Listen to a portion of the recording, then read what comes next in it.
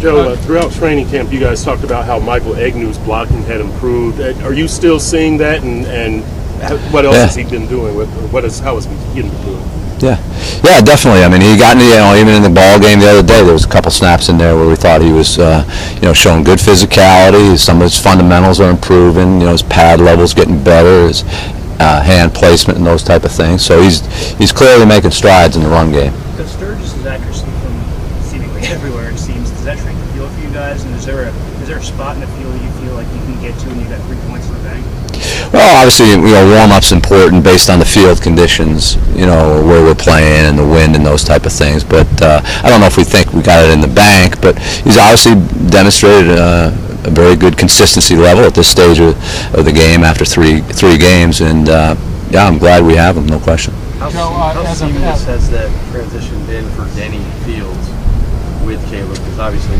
It takes work. It takes work. Those guys are, dedicated guys, and Brandon and John take their job very seriously. And Caleb's, I think I've mentioned before, seems for a young player has a real high level of professionalism, and so they're detailed in their work, and they're very thorough in what they do. And so far, the transition's been good.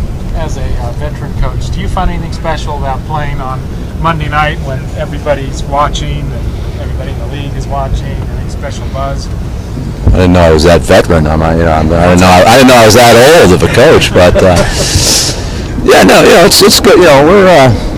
We're excited about it. There's no question about it. It's fun, and I think our guys are looking forward to the challenge, and it'll be good. In terms of also, it looks like in practice today, how optimistic does that make you that they'll be ready?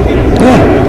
I'm always optimistic, but we always take the full practice week, and we got another very, very important practice on the field on Saturday, and we'll determine our play time from there. Do you feel they look good today? I think we'll see. We'll see. Can you talk a little bit about how having a true nose in there, how that's kind of a trickle-down effect, how that helps other players in the defense? Well, Paul's been a consistent performer. He knows the system well. He's a good technician. He can move for a man. He's a big individual, but he has good lateral agility. He doesn't just stay in one spot. You can slant him across the nose guard's face, and he can chase a play down laterally. So, he's a good guy to have in the front. There's no question. How has Marvin picked up the system in the short time he's been here? Yeah, he seems to be picking things up well, and he's going to need that. I think it's good that we have the extra day and the extra time with him. But so far, so good. What did some of the other linebackers show you last week? Jenkins, Freeney, Trusnick, when they had to get a little extra playing time during that game. Yeah. Well, we preach to the guys all the time that you're this close to getting into the ball game, and we dress 46 guys, and we tell them straight up that we're expecting everybody to contribute in some form or fashion in whatever role. We're not always sure how much play time a particular player is going to get. So yeah, it speaks to their preparation and their readiness to step in and contribute. So we're happy to see those guys contribute. Did they perform up to your expectations? They did a nice job. Yeah, they did a good job.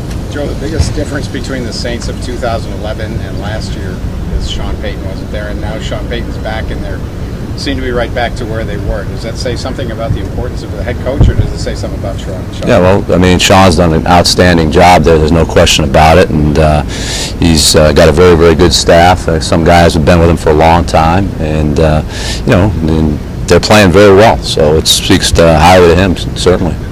Joe, Marcus Phibin has good kickoff return numbers again. Are there rules on when he can bring it out, or is it totally up to him? Like, does he have to, touch bad? He can't bring it out? Not necessarily. I mean, some of it's related to the hang time, and obviously he doesn't sit there. He doesn't have a stopwatch, but he has a sense if it's a line drive kick that hasn't been in the air very long. He might be deep, and we feel like we have a return. It's a viable option to get going. He can get going quick, and we certainly we don't have necessarily anything hard and fast. There may be situations in a game where it's hard and fast, but overall, we wouldn't say there was any.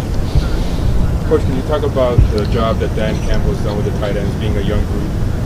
Well, Dan's done a very good job. Charles Clay's made a nice contribution. Mike Agnew's in his second year, and he's certainly developing, improving. And Deion Sims, as a rookie, is coming along as well. So Dan does a real nice job, very thorough and professional with those guys. It's been good. So Dan actually played with the Saints and called passes from threes. Does he offer any insight? I don't want to say Dan took a couple too many hits to the head or anything, but no, we haven't talked much about that. You are a Seinfeld fan. Yeah. I want to know, where does the Bizarro episode of Seinfeld stack up in your all-time best episodes? I'm trying to remember that one, the Bizarro one. It's not in the top 10. What is? What's number one? No, it's private. I can't be telling that. That's competitive advantage.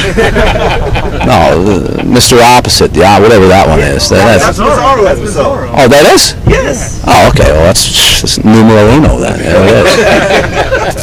Who would be Bizarro Philbin? Yeah, that is a good question. I think we'll take one or two more. Yeah, that's really deteriorating here, but keep going. No, there was a point to that, and the point is, I've covered this Dolphins team before you got here, Okay. and you guys are kind of the complete opposite of the teams that I've seen before, where you're statistically good and then you don't finish games in the fourth quarter. Now you seem to be finishing games in the fourth quarter, not really that statistically good. Right, that's true. What is the difference? Yeah, I think I've said, the guys are hungry. The guys are, I think the staff's done a good job preparing these guys. And we've got into a couple situations in games where we had no other alternative, and whatever the stats were, which I agree with you, on paper, we're not a, overly imposing football team. But our guys have hung tough. They've been resilient, and they've stuck together, and they've made plays when they've had to, and that's an encouraging sign. It's a hard thing to quantify. You can't really find it on a piece of paper, but that's a good trait to have.